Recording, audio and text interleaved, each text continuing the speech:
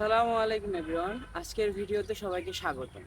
আজকের ভিডিওতে আমি ছাদ বাগানে আমার আরেকটি গাছের সাথে আপনাদের পরিচয় করে দিব। এই গাছটি হচ্ছে আমার পিছে থাকা এই গাছটি। সবাই হয়তো বা দেখে বুঝতে পেরেছেন এটা কি গাছ। তাও আমি বলে দিই, এটা হচ্ছে আমার ছাদ বাগানে লাগানো 12 মাসি মালটা গাছ। তো এই ছাদ বাগানে এই 12 মাসি মালটা গাছ নিয়ে আজকের ভিডিও। তো চলুন শুরু করা যাক। এই মালটা গাছটি আমার ছাদ বাগানের দ্বিতীয় সর্বোচ্চ ফল ধারণকৃত গাছ, ফল গাছের মধ্যে। তো এই গাছটি যখন লাগাই রোপণের 1 বছর পর্যন্ত কোনো ফুল আসে নাই। তো সেই সময় আমি খুবই হতাশ হয়ে গেছিলাম। পরবর্তীতে সার প্রয়োগ, বিভিন্ন কীটনাশক প্রয়োগ এবং প্রুনিং, ঠিকমতো প্রুনিং করায় আমার দীর্ঘ 1 বছর পরে এই গাছটিতে ফুল আসে এবং অতিরিক্ত মাত্রায় ফুল আসে।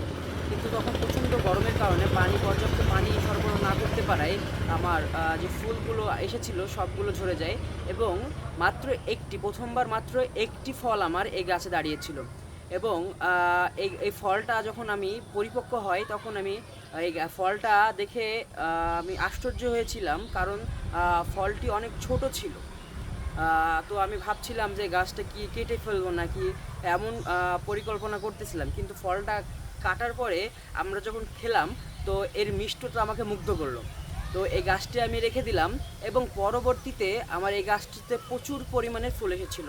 সেইবার আমি কোনো ভুল না করেই পর্যাপ্ত সার প্রয়োগ এবং পানি দিয়ে গাছটিকে আমি সতেজ করে রেখেছিলাম, যার কারণে আমার সেবার গাছটাতে প্রায় 23টিরও বেশি ফল ধারণ করেছিল। তো আমি এই পর্যন্ত এই গাছ থেকে মাত্র 3বার ফল পেয়েছি, কিন্তু যে পরিমাণে ফল পেয়েছি তা আমার পরিবারের চাহিদা পূরণের জন্য যথেষ্ট। অনেকেই ছাদ বাগানে মালটা গাছ রোপণ করেন বা মালটার বাগান তৈরি করেন বা মাঠে বাণিজ্যিকভাবে মালটা চাষ করেন, কিন্তু অনেকেরই মালটার স্বাদ হয় না বা স্বাধীনভাবে মালটা ধরে। অনেকের মিষ্টিতে কম থাকে, অনেকের টক হয়। কিন্তু আমার এই ভেরিয়েন্টের যে গাছ লাগিয়েছি, এই গাছের যে মালটা হয়েছিল সেটার মিষ্টটা খুব একটা বেশি না, আবার খুব কমও না। এটার বর্ণনা এভাবে দেওয়া যায় যে কোনো শরবত, বাসায় যখন শরবত বানাই তখন চিনি কম হলে যে মিষ্টতাটা আমরা পাই বা যেমন মিষ্টি হয় শরবতটি, ওই ধরনের কিছুটা।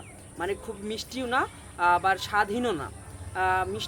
খুবই মিষ্টতা এবং স্বাধীনতার মাঝামাঝি একটা টেস্ট আমার এই মালটা গাছের মালটাতে পাবেন। আপনারা দেখতে পাচ্ছেন আমার এই মালটা গাছের এখন প্রত্যেকটা ডালে ডালে মালটা। তো চলুন দেখে আসি এবার কতটা মালটা আমার গাছে আছে। যদিও পূর্বের তুলনায় এবার মালটা খুব কম ধরেছে, তো তারপরেও যা আছে এটা এনাফ। তো চলুন দেখে আসি মালটা কতটা ধরেছে। এবার আমার ছাদ বাগানে মালটা গাছে এই যে ফল ধরেছে, 1টা 2টা 3টা, এই যে একটা 4টা, এখানে একটা আছে 5টা 6টা, এই যে ভিতরে একটা 7টা 8টা 9টা 10টা 11, এই যে 11টা 12 13 14টা, এবং এদিকে আছে একটা 15, এখানে একটা আছে 16 এবং এখানে একটা আছে। এই নিয়ে মোট 17টি মালটা আমার এখন এই মালটা গাছে আছে। এর পাশাপাশি আমার এই গাছে প্রচুর পরিমাণে ফুল এসেছিল, কিন্তু এই কয়দিন তীব্র যে গরম গেছে তার কারণে পানি দিতে পারি নাই। পানি না দেওয়ার কারণে অনেক ফল আমার ঝরে গেছে বা অনেক কুড়িগুলো আমার ঝরে গেছে। তারপরেও এখানে আপনারা হয়তো বা দেখতে পাচ্ছেন এই যে ছোট ছোট কুড়িগুলো এখনও আছে। এই যে একটা, এই যে একটা, এই যে এখানে এক ঝোগাই আছে অনেক। এভাবে অনেক কুড়ি এখনও গাছে আছে। আস্তে আস্তে এই যে ফলগুলো পরিপক্ক হবে, এই ফলগুলো পরিপক্ক হওয়ার পরে এই কুড়িগুলো এই ফলে আবার রূপান্তরিত হবে। এইভাবে এই সাইকেল চলতে থাকবে। 12 মাসই এই ফলটি আমরা ছাদ বাগানে পাবো।